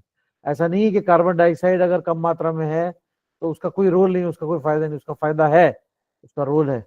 और जो नेचर ने जो डिजाइन किया है उसके हिसाब से चीजों में बैलेंस बनाए रखने के लिए ये माइक्रो जो इंग्रेडिएंट्स है एयर के वो बहुत जरूरी है। तो एयर पोल्यूशन के कुछ नेचुरल सोर्सेज हैं, जैसे ज्वालामुखी फटता है, जंगल में आग लगती है। ये सारी चीजें जो हैं वो हमेशा से होती रही हैं। ज्वालामुखी हमेशा से फटते रहे हैं, जंगलों में आग भी पहले लगती थी। लेकिन इन समस्याओं से कभी भी पर्यावरण या हवा प्रदूषित नहीं हुई, क्योंकि सेल्फ प्योरिफिकेशन प्रोसेस से वो चीज सही हो जाती थी। समस्या आ रही है जबकि ह्यूमन पॉपुलेशन बढ़ी पिछले 50-100 वर्षों के अंदर, और इतना ज्यादा एयर पोल्यूशन होने लगा कि नेचुरल प्योरिफिकेशन सिस्टम से इसको सही कर पाना संभव नहीं था, पॉसिबल नहीं था। तो ये एयर पोल्यूशन की प्रॉब्लम हमारे सामने आई। तो इसमें एंथ्रोपोजेनिक उन सोर्सेस को बोलते हैं जो कि ह्यूमन बीइंग्स यानी कि हम लोग इंसान जिसके लिए जिम्मेदार हैं। जैसे गाड़ियों में जलने वाले फॉसिल फ्यूल, जिसको आप कहते हैं मोबाइल ट्रांसपोर्टेशन, लकड़ी का कोयला या लकड़ी जलाना, स्टेशनरी कंबशन ये इंडस्ट्रीज में हो सकता है, इंडस्ट्रीज से निकलने वाला धुआं, सॉलिड वेस्ट डिस्पोजल या इंसिनरेशन के दौरान निकलने वाले पोल्यूटेंट्स, और जो पेट्रोल या डीजल हम इस्तेमाल कर रहे हैं या कोयला जला रहे हैं थर्मल पावर प्लांट में उस बिजली बनाने के लिए, उस बिजली बनाने के दौरान जो कोयला जलाया उससे जो पोल्यूशन होगा वो जो है पर्यावरण को नुकसान पहुंचाता है। तो ये सारे सोर्सेज हैं, कुछ स्टेशनरी सोर्सेज कहलाते हैं, कुछ मोबाइल सोर्सेज कहलाते हैं। फिर इसमें जो प्रदूषक होते हैं वायु प्रदूषण के लिए, उसका क्लासिफिकेशन यहाँ पे दिया हुआ है। प्राइमरी पॉल्यूटेंट जो उसी फॉर्म में हवा में मौजूद हो एटमॉस्फेयर में जैसे रिलीज हुए हैं। सेकेंडरी पॉल्यूटेंट्स वो होते हैं जो कि दो पॉल्यूटेंट कंबाइन करके कोई तीसरा पॉल्यूटेंट बना लेते हैं, और कभी कभी वो तीसरा पॉल्यूटेंट जो है वो पहले दो से ज्यादा खतरनाक होता है। तो ये हमें देखना पड़ता है कि किस टाइप के पॉल्यूटेंट्स बन रहे हैं। फिर केमिकल कॉम्पोजिशन के हिसाब से ऑर्गेनिक और इनऑर्गेनिक, स्टेट ऑफ मैटर के हिसाब से पर्टिकुलेट्स, इसमें सॉलिड, लिक्विड्स, गैसियस, ये सब मौजूद हैं। अब यहाँ पर स्लाइड में ये देखिए पीएम का मतलब यहाँ पर है पर्टिकुलेट मैटर, और पीएम प्रीकर्सर यानी कि जो पर्टिकुलेट मैटर को हवा में पहुंचाने के लिए जिम्मेदार हैं जो रीजंस। तो जो मैंने अभी बताया था, मोबाइल सोर्सेज में गाड़ियां हैं, स्टेशनरी सोर्सेज में फैक्ट्री से और थर्मल प्लांट से, पावर प्लांट की चिमनी से जो धुआं निकल रहा है वो है। एरिया सोर्सेज में ड्राई क्लीनर की दुकान है या पेट्रोल पंप है जहां पेट्रोल वोलेटाइल होता है, इसके फ्यूम्स बाहर निकल जाते हैं हवा में। और नेचुरल सोर्सेज हैं जैसे जंगल में आग, वोल्केनिक इरप्शन वगैरह, लेकिन ये ज्यादा बड़ी समस्या हमारे लिए नहीं है। अब यहाँ पर देखिए एक नई चीज आ रही है, इसका थोड़ा सा इसको डिस्कस करेंगे ब्रीफ में। इन्वर्जन के हम कहते हैं कि सर्दी के मौसम में एयर पोल्यूशन की समस्या बढ़ जाती है। जैसे आपने देखा कि अक्सर अक्टूबर के बाद जब दिवाली का मौसम आता है उसके बाद से कहते हैं सब दिल्ली एनसीआर की हवा बहुत ज्यादा जहरीली हो गई, बहुत ज्यादा पोल्यूटेड हो गई। तो क्या पोल्यूशन सिर्फ सर्दी के मौसम में आता है, गर्मी में नहीं होता? ये गलत है। मौसम साल के 12 महीने होता है, सिवाय उस टाइम को छोड़ के जब बहुत तेज हवा चल रही हो जिसकी वजह से पॉल्यूटेंट्स डिस्पर्स हो जाते हैं, या फिर बारिश हुई हो उसके फौरन बाद, तो पॉल्यूटेंट जो है वो बारिश की ड्रॉपलेट्स में जो है वो जुड़ के जो है वो फिर सेटल हो जाते हैं। उस समय को छोड़कर बाकी साल के 12 महीने पॉल्यूशन रहता है, सर्दियों में भी रहता है, गर्मियों में भी रहता है। लेकिन सर्दियों में हमें नजर अधिक आता है, इससे समस्या अधिक होती है। उसका कारण है इन्वर्जन।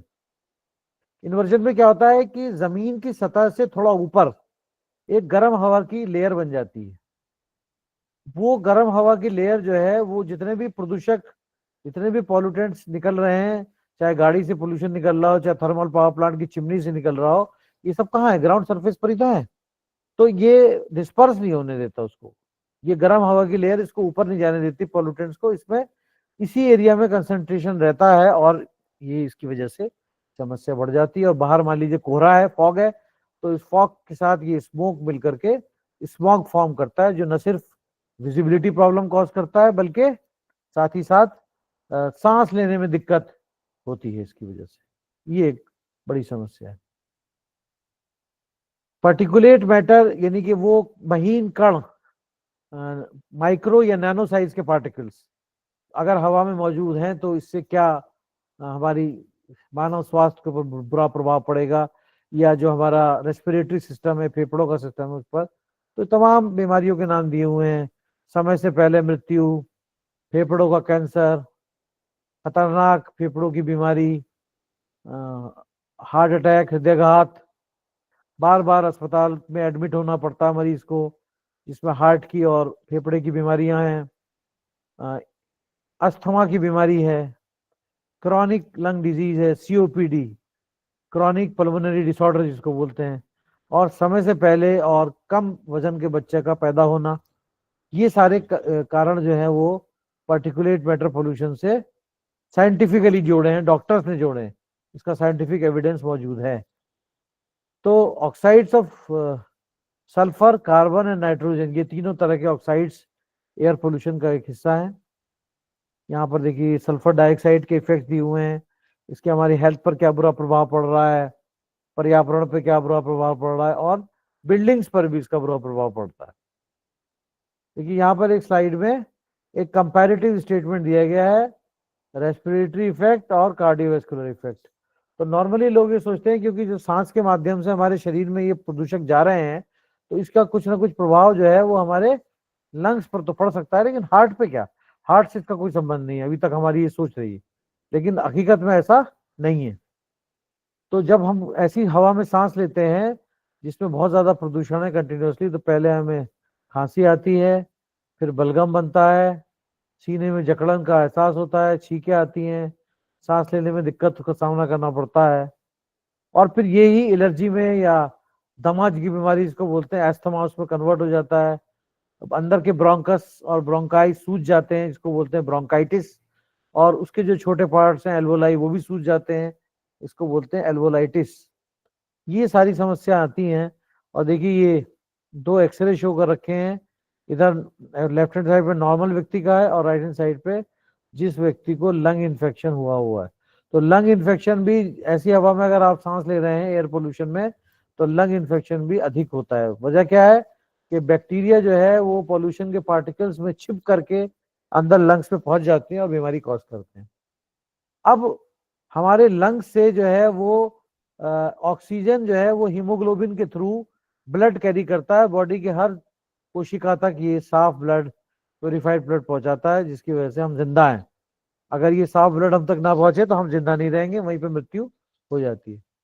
तो सीने के पास चेस्ट टाइटनेस, भारीपन लगना, चेस्ट में दर्द होना इसको बोलते हैं एंजाइना, हार्ट बीट का तेज हो जाना, पैल्पिटेशन, सांस फूलना, शॉर्टनेस ऑफ ब्रेथ, और अत्यधिक थकान होना, फटीग, ये सब कारण जो है वो इसकी वजह हो सकते हैं। और जो बीमारी होती है उसको बोलते हैं कॉर्नरी हार्ट डिजीज, या अगर रिदम सही नहीं है तो इसको बोलते हैं एबनॉर्मल हार्ट डिजीज, रिदम।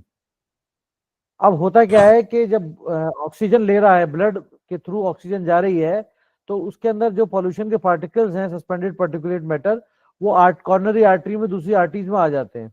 और एक तरफ जो हम खाना खा रहे हैं उसमें वसा या फैट ज्यादा है जो कि एलडीएल या ट्राइग्लिसराइड के फॉर्म में है, तो वो इन पार्टिकुलेट मैटर के साथ कंबाइन करके एक प्लैक फॉर्मेशन हो जाता है। वो प्लैक जो है बिल्कुल एक जिसे कहते हैं चिपकन भरा पदार्थ होता है जो हमारी कॉर्नरी आर्टरीज की वॉल्स जो होती हैं उसके ऊपर जमने लगता है। तो जब जमने लगता है तो इनकी खून को, ब्लड को कैरी करने की जो क्षमता है वो घटती जाती है, और जो ब्लड सप्लाई कर रहा है हार्ट की मसल को ऑक्सीजन, वो पूरी ऑक्सीजन नहीं पहुंच पाती। इसकी वजह से मायोकार्डियल इंफ्रैक्शन होता है, एमआई जिसको बोलते हैं, या आम आदमी की भाषा में आप कहें तो हार्ट अटैक होता है, और व्यक्ति की जो वो हार्ट की मसल टेम्परेरी या परमानेंट डैमेज हो जाती है। तो अगर ब्लॉकेज अधिक हो गया तो इसमें डॉक्टर जो है एंजियोग्राफी करते हैं, एंजियोप्लास्टी करते हैं, स्टेंट डालते हैं, या फिर इतना ज्यादा ब्लॉकेज है कि एंजियोप्लास्टी के माध्यम से सही नहीं हो सकता तो फिर वो उसके अंदर जो है बाईपास सर्जरी करते हैं और एक आर्टिफिशियल रास्ता बनाते हैं इस ब्लड को पहुंचने का। तो तमाम किस्म की समस्याएं हैं एयर पोल्यूशन की वजह से, जो अब हमारे देश में छोटे शहरों में भी ये एयर पोल्यूशन बड़ी समस्या बनता जा रहा है। जैसे अलीगढ़ में भी इस बार देखा गया कि एयर क्वालिटी इंडेक्स 300 350 तक पहुंच गया था। इसके अलावा अब हमारे घरों के अंदर यानी कि इंडोर एयर पोल्यूशन की बात हो रही है। हमारी स्कूलों में, कॉलेजेस में, हॉस्पिटल बिल्डिंग के अंदर या ऑफिस में, घरों में, वहां भी अब एयर पोल्यूटेंट्स पहुंच रहे हैं। उसकी मात्रा जो है वो जो मानक है उससे अधिक है। तो इसको एक सॉल्यूशन ढूंढना जो है एक बहुत बड़ी जिम्मेदारी है। लॉन्ग टर्म सॉल्यूशन ढूंढना एक बहुत बड़ी जिम्मेदारी। तो यहीं पर मैं अपनी बात फिलहाल रोक रहा हूँ, क्योंकि मैं आप लोगों के कुछ क्वेश्चंस भी लेना चाह रहा हूँ। तो अब आप जो है अपने क्वेश्चन पूछ सकते हैं। You are welcome to ask questions. Yes please, please Uh, introduce yourself Miss, first and then ask. sir, I am an assistant professor from Government General Degree Kalna College. I'm from West Bengal. Sir, I have a question that what are the major um, precautions that we should take if any of our dear ones at home, if they fall victim to heart attack, something which we can do immediately, जो घर पे मौजूद होना बहुत ज़रूरी है क्योंकि हमें इसकी जानकारी नहीं है। तो कौन सी चीज़ें हमारी फर्स्ट एड बॉक्स में रहनी ही चाहिए जस्ट फॉर द टाइमिंग। सोचिए कि घर से हॉस्पिटल तक जाने के लिए हम द एनी मेडिसिन और drug which can by us let's say 20 minutes 30 minutes। Very good question has been asked by Aditi Sarkar. Actually, there are certain symptoms. You can see these symptoms on the YouTube also, or any other place on the internet, as well as you can talk to your doctor also. They will tell you that in case of a heart attack, sometimes there is a feeling of chest tightness in the chest. Sometimes there is a pain in the jaw, or a pain that is radiating from the top of the arm on the left side, and sometimes there is shortness of breath. So all these can be symptoms of a heart attack. So what happens in a heart attack is that due to a certain level of blockage in the coronary artery, the oxygen supply to the heart muscle is been partially or totally stopped. So the first of all, we have to see that in case of the patient is conscious, well, so far so good. Then you have to not to give water to the patient at that time, and you have to open the windows, let the fresh air come in, and allow the patient to lie down flat, take some rest, and then you can give one tablet is there which can be kept below the tongue. I am forgetting the name of the drug. I can share you with you later on. Yeah, Sir, yeah, is it sorbitol? yes, Is sorbitrate, it correct, sorbitrate. So sorbitrate is a drug which can be kept, half a tablet can be kept below the tongue. It dissolves, and it gives partial relaxation to the blockage, and the damage can be relieved a little bit. Then obviously the patient has to be taken to the hospital for medical intervention, and whatever medical intervention is required, that will be done by the doctor. But in case the heart attack is so severe that in some cases the cardiac arrest takes place, the heart stops functioning, in that case you have to learn and give the CPR, cardiopulmonary resuscitation. That is a thing that every person should learn, and you should have minor instruments like a BP instrument or oxygen meter in your home itself. You can check with the BP instrument, you can check the pulse on the palm of the patient or on the carotid artery here on the neck, that the pulse is going on. And this CPR is given by multiple times blowing into the nose or to the mouth, and then using pressing on the 3 or 4 times on the chest. So how much pressure is to be given, how much air is to be blown into the mouth, this is a technical aspect which has to be learned by some expert. So everybody should take this, learn this, how to do this. And it has seen that several patients' lives have been saved by doing CPR at the right time. And then obviously you can take the patient to the doctor. Any other question? Sir, may I ask a question? Yes, Dr. Doa Naqvi. Yes, please. Yes, sir. First of all, good evening, sir. I am from Khwaja Moinuddin Chishti Language University in Lucknow. And thank you for sharing your so many insights with us today. I must say that it was a little disturbing for me to listen to the ground realities that you shared with us. And I sincerely hope that we can make a difference some way or the other. So my question is that since as teachers we are in contact with so many students on a day to day basis, and we talk about environmental initiatives, then they are only limited to World Environment Day, where we ask the students to make posters, and it's just more of a lip service rather than actual concrete steps. So since you belong to this field of you're an environmentalist, you're so conscious, you have so many ideas. So could you suggest some very practical doable steps for us as mentors to encourage our students to be more environmentally conscious?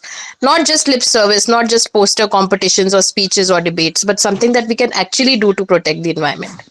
Yes, yes. Very good question that has been asked by Dr. Dua from Lucknow. Actually, it is an ironical thing that we have been doing lip service.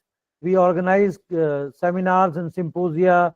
We organize drawing competitions and quizzes, and say that we have done our part to conserve the environment. Actually, the main thing to do is to adopt the practices that we preach from our own self. Preaching starts from self. For example, taking small steps to conserve water in our own households, not allowing people to pollute the environment, the air pollution by burning solid waste or the use of polythene bags. We should stop doing it ourselves first. Only then we can ask other people to, because the environmental issues are ethical issues. You cannot force it overnight and imagine people to accept these things very easily, because it is also been associated with the changing of lifestyle, which is not easy to do. So obviously, creating awareness is one part, because I have also been associated with the National Service Scheme here in Aligarh, and we have been doing the outreach activities, doing the groundwork in the villages, in the rural areas, and in the other localities of the city, spreading the awareness about these issues. And when we explain to the general public, they listen. It's not that they don't listen, but we have to explain to them the reality and the actual things, and ask them to cooperate, because it's only possible, we will only succeed when government, the non-government organizations, the general public will cooperate and be a part of this entire procedure. Then only we can work together to conserve the environment. Thank you. Thank you so much, sir. I work in a government university and I know the amount of paper that gets wasted Mhm. day in and day out, with so many notices and so many circulars being circulated and files being made, so that we still have a long way to go, unfortunately. Yes, yes, yes, sure. Okay, thank you all for patient hearing. If you have any, still you have any question, you Sir. can ask a question. Ji, Praveen ji. Yeah, absolutely, sir. Yeah, that's what I'm saying, sir. I think all the participants have asked this question, sir. Now I am here to just Okay, express my vote of thanks, sir. Again, sir, okay. Dr. Praveen Kumar is here. Really, it's my pleasant time to just listen to you very carefully, sir. Because this is my second time. First time I heard you when I did my FIP in 2023. So I think, sir, I do not have words to express my vote of thanks regards you, sir. क्योंकि आप वो personality है जिसको किसी vote of thanks की actually आवश्यकता नहीं है, क्योंकि आपके जो एक्सपीरियंस है you have covered all the topic, sir. और मुझे कई बार लगता है कि सर आप जो सजेस्ट करते हैं चीज़ें, वो छोटी छोटी चीज़ें हैं, those are related to our real life. जो हमारी Hmm. रोज़मर्रा की ज़िंदगी में चीज़ें घटती हैं, हमको क्या करना चाहिए, क्या नहीं करना चाहिए, एक हाउ कैन वी अवेयर, हम कैसे अपने आप को अवेयर रख सकते हैं. So sir, from all the participant side and on behalf of MMTC, AMU and DS College Aligarh, once again, sir, I express my gratitude from the bottom of my heart. Thank you very much, sir. Thank you, Arsa, sir. Thank you, Dr. Praveen, and thank you to all the participants. Thank Thank you you. Thank so much, you. sir. Thank you, Thank sir. you, sir. Thank you, sir. Thank you so much, sir. Thank you, sir.